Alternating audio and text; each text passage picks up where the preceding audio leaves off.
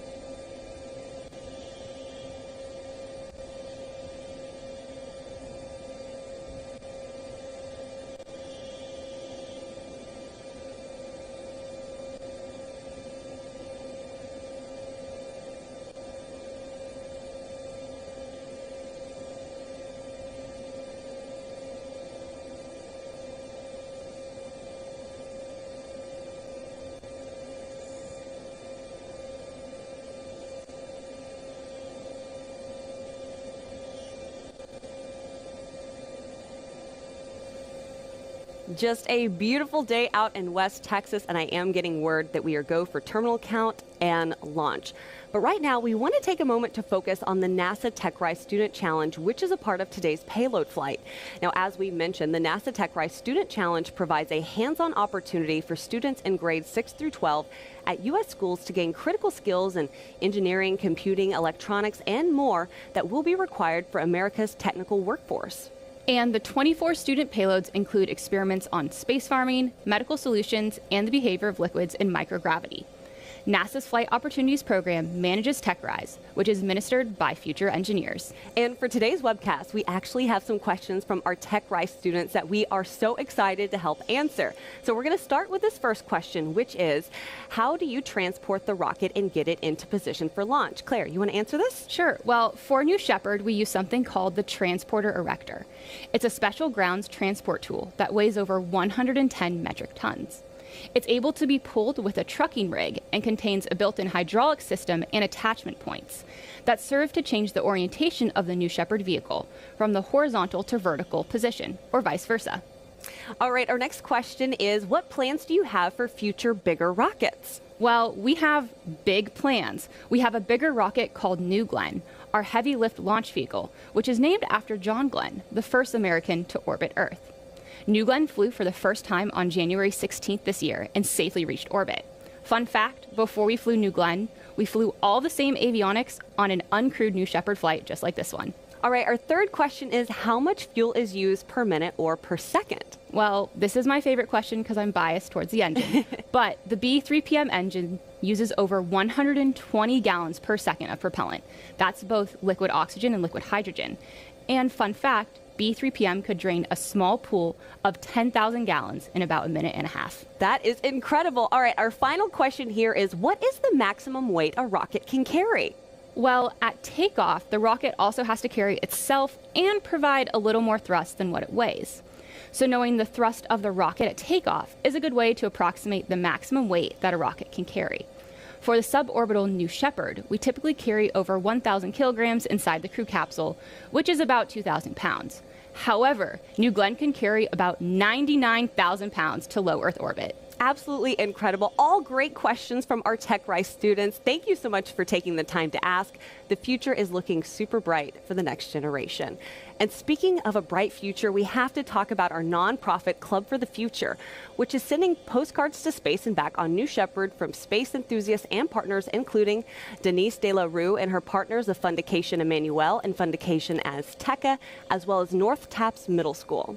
And anyone can do this. And of course, there's our digital postcard drawing tool that anyone can use. To send your own art to space, just go to draw.clubforfuture.org. And again, that's draw.clubforfuture.org. And Club has a mission to inspire and mobilize future generations to pursue careers in STEAM. That's science, technology, engineering, arts, and math, all for the benefit of Earth.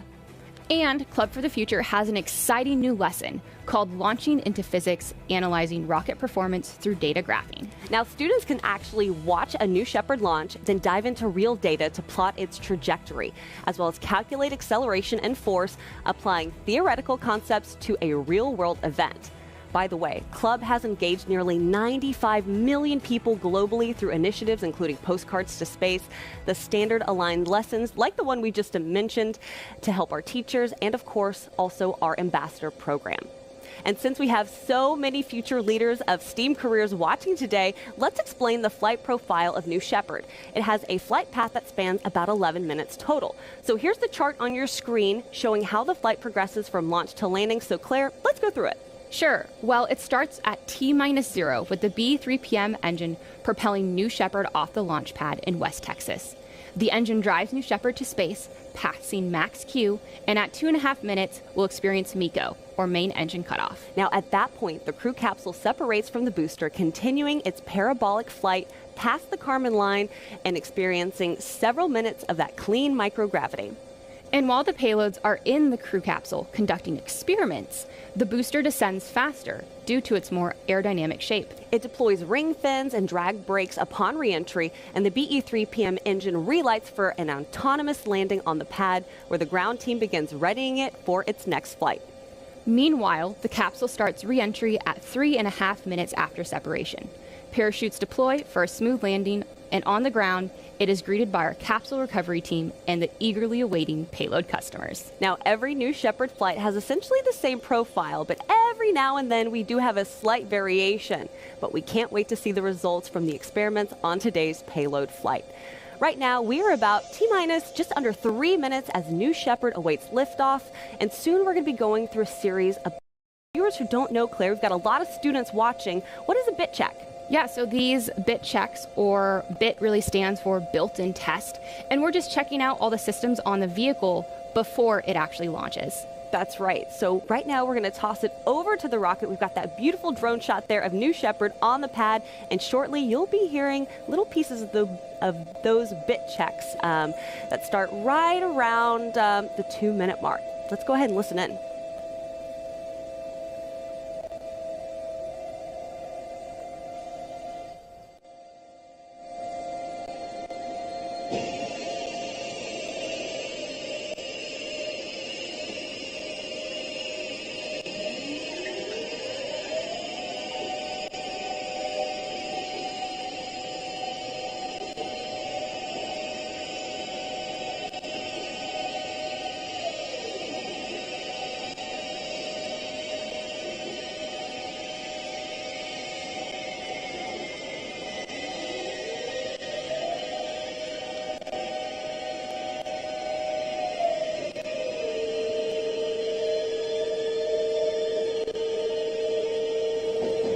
You can really hear New Shepard coming alive. Now, if you're just joining us, we are about T-minus a minute and a half. NS-35 is awaiting launch to cross the Kármán line with our second payload flight this year.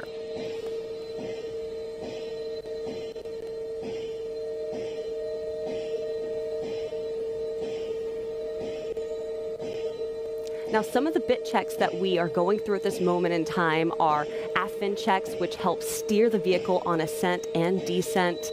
The bridge has retracted. Also, there's something that viewers won't see, and that's the engine nozzle. Yeah, so we actually gimbal the engine, and we do that check as well. And this helps maneuver the rocket and ensure a free range of motion on ascent and descent. We're also, of course, keeping an eye on the pressure and temperature in the propellant tanks. Both need to stay in the green zone.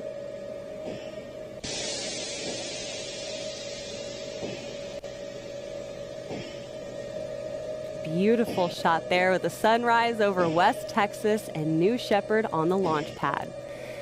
At about T-minus 20 seconds here, it is time to go, so we're going to hand it off to Mission Control and launch this rocket. Go, New Shepard, go. 10, 9, 8, 7, 6, 5, 4. Command to engine start. 2, 1. Ignition. And liftoff.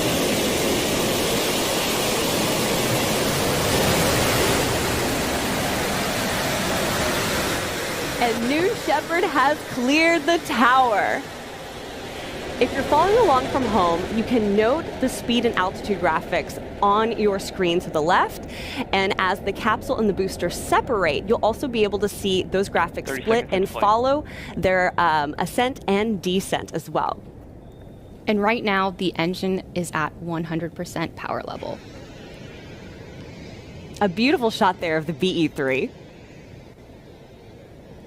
Begin throttle down for Q limiting. Engine response nominal. And here we are approaching our Q bucket. What is that for our viewers who don't know? It's where Max Q, maximum dynamic pressure. Oh, we have the max aerodynamic stress on the vehicle, and so we're actually going to power down the engine as we go through that bucket. Excellent. Mach 1 vehicle is supersonic. Engine maintaining full throttle.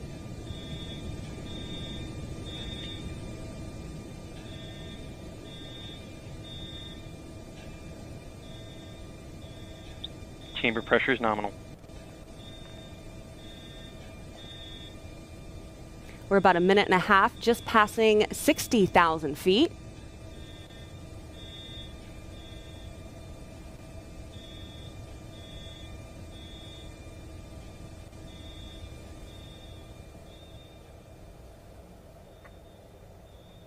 I love shots like this where you can just see the glow of the engine. Yeah, the BE3 shining bright. A great shot from our long-range camera. Over 100,000 feet now. And we've also got a camera there on the booster looking back down on West Texas.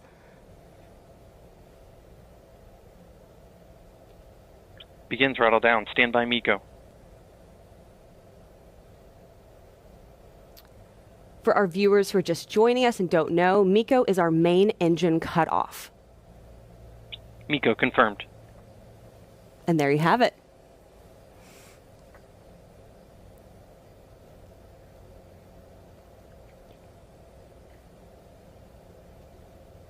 Stand by separation.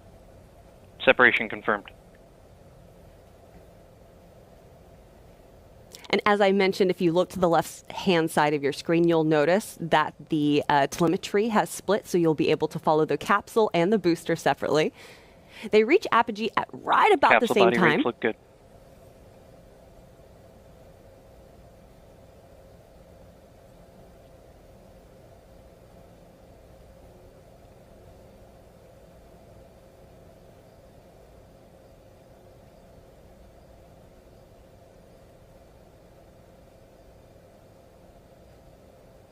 You'll also notice on your screen, we've reached 0G. I know there are so many students and teachers watching today. We say hello to you, and we are also excited to learn more about your experiments and the results of those experiments. Capsule has passed the Kármán line. And there you have it. The capsule has passed the Kármán line. And yeah, we can't wait to learn more once NS-35 returns back to West Texas.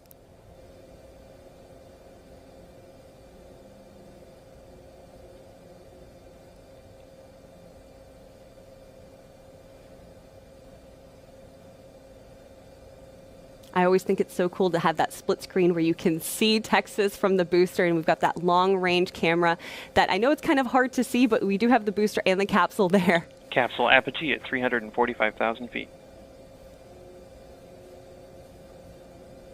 Yeah, soon on the image on the right, we'll be able to see, oh, you can kind of see it. You can see two little dots. That is the capsule and the booster.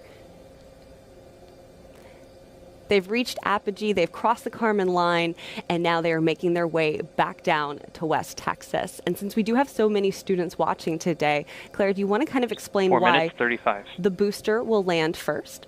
Yeah, so the booster is going to land about 2 miles north of the launch pad, and it is more aerodynamic, so it is going to go through the air a lot faster than the capsule. Therefore, it's going to land before the crew capsule lands. That's right. The crew capsule, as you notice, is more of a teardrop shape. Booster descent nominal through 300,000 feet. And we are watching the booster and the capsule from our long-range cameras out in West Capsule Texas. body rates look good.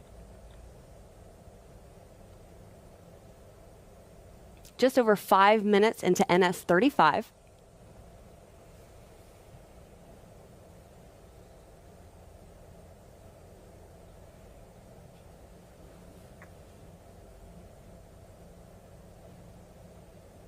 Booster descent nominal.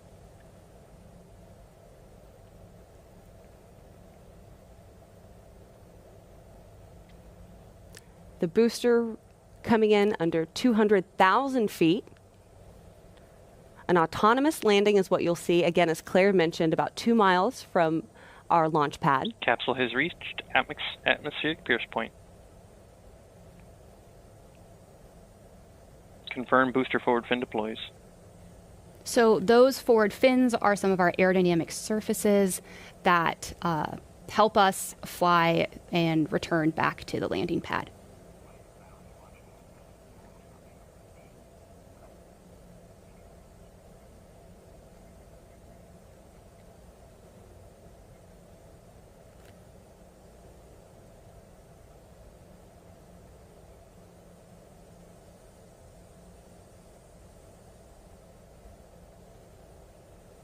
Here comes the booster. Just past 6.5 minutes into flight. Great shot there. Booster drag brakes deployed. And now we're coming up to my favorite part, is when we will actually relight the engine. And the Approaching booster engine lands. Let's see it.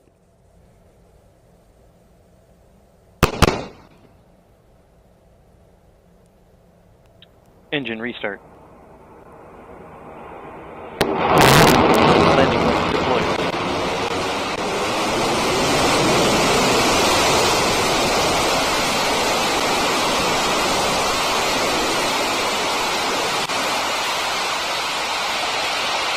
Booster touchdown. Welcome home, New Shepard booster.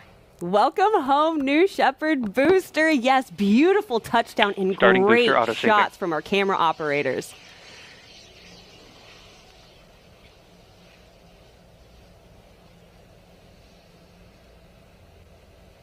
There you can see the capsule, as we mentioned. It takes the capsule a little longer because of its teardrop shape to return back to the West Texas desert. Capsule descent nominal.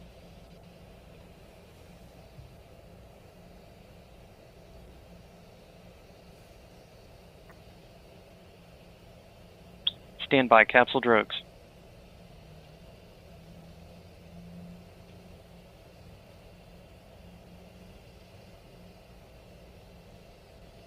Capsule drogues deployed.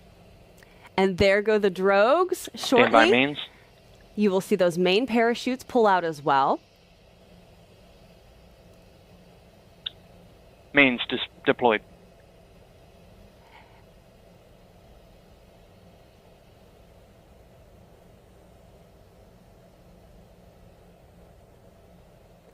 And you may notice that our parachutes do look a little different from our last few missions. That's because we're flying our upgraded system today as a verification step prior to flying it on future astronaut missions. Capsule landing zone is within expected range limits.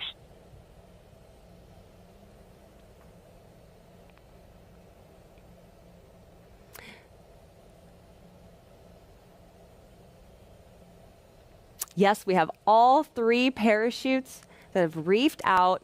Now, while the parachutes are essential for providing a gentle touchdown for the capsule, New Shepard also has a retro thrust system at the base of the capsule, which will make the final touchdown even smoother. The system fires just moments before touchdown to slow the capsule down to just 1 mile per hour. It kicks up a lot of that West Texas dust, but rest assured the Capsule payloads descent today past 1,000 feet, will have a TDS nice enabled. soft touchdown.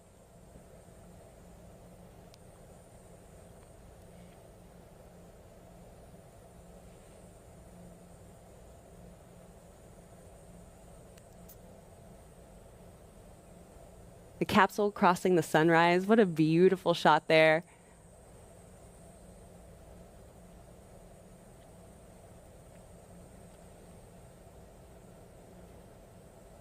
We are 10 minutes into NS-35. Approaching retro thrust fire. Moments from the capsule touchdown.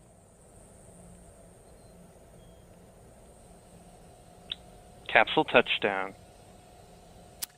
There you have it. The capsule has touched down. Always incredible to see our New Shepard crew Auto-saving capsule. start. Thanks Now, for flying our with crew us, recovery NS-1. team is currently driving out to meet the capsule, and they're going to safe the vehicle and get it ready in order to get those payloads out and to be able to get our teachers and our students with all the information that they need from the experiments that flew today. So I know that is such an exciting moment right now.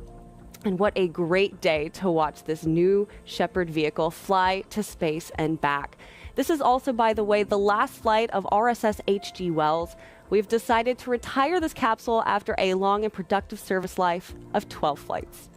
And some highlights for RSS H.G. Wells include the first view of space through the windows on New Shepard, as well as the lunar G flight on NS-29. And the highest altitude ever flown by a New Shepard crew capsule, coming in at 393,547 feet during the high altitude escape test on NS-9. Plus the flight of hundreds of scientific payloads and hundreds of thousands of Club for the Future postcards to space. Payloads include the full stack Oscar payload burning trash into usable gases and microgravity that flew on NS-12 and NS-17. The Flex payload studying how plants respond to microgravity that is flown on NS-10, NS-12, NS-13, NS-17, and on today's flight of NS-35.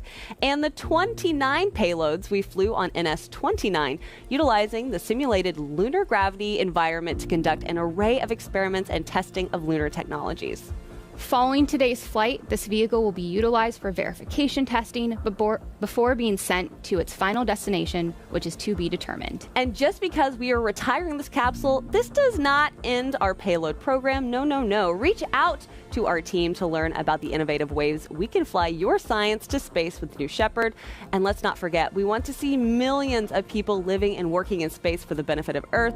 New Shepard is also designed to fly astronauts. And if you would like to purchase a seat on a future ride to space, go ahead and go over to blueorigin.com and click Fly to Space. Your own journey to visit the Kármán line may be closer than you think. And there's more. If you liked what you saw today, we have some great gear available too, including today's very cool mission patch. Yeah, there it is. Some details to look for on the NS-35 patch include the graduation cap, which represents payloads being flown by the NASA TechRise Student Challenge and future engineers. We also have the helmet of the Greek god Ares, representing the ARES payload from Eco Atoms. And finally, we also have the magnifying glass and leaf representing the biological imaging in support of suborbital science, or BIS, payload from the University of Florida. The hydrogen atom represents the EDR fuel cell being flown by Teledyne, the apple and star. That logo was for teachers in space, representing their 2 payloads on board. And the Soundwave represents Carthage College Space Sciences program's microgravity ullage detection, aka MUD experiment. Now, the patch is a creative successor to the 29 mission patch. Both have street art coloring, as you noticed, and styles of highlights for our mismatched livery or paint job, and modularity of New Shepard. And if you'd like to purchase your own patch or any of our great Blue Origin products, you can head over to blueorigin.com.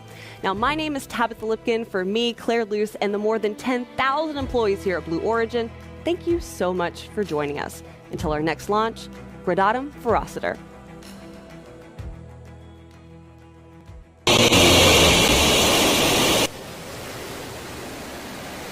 Engine response nominal.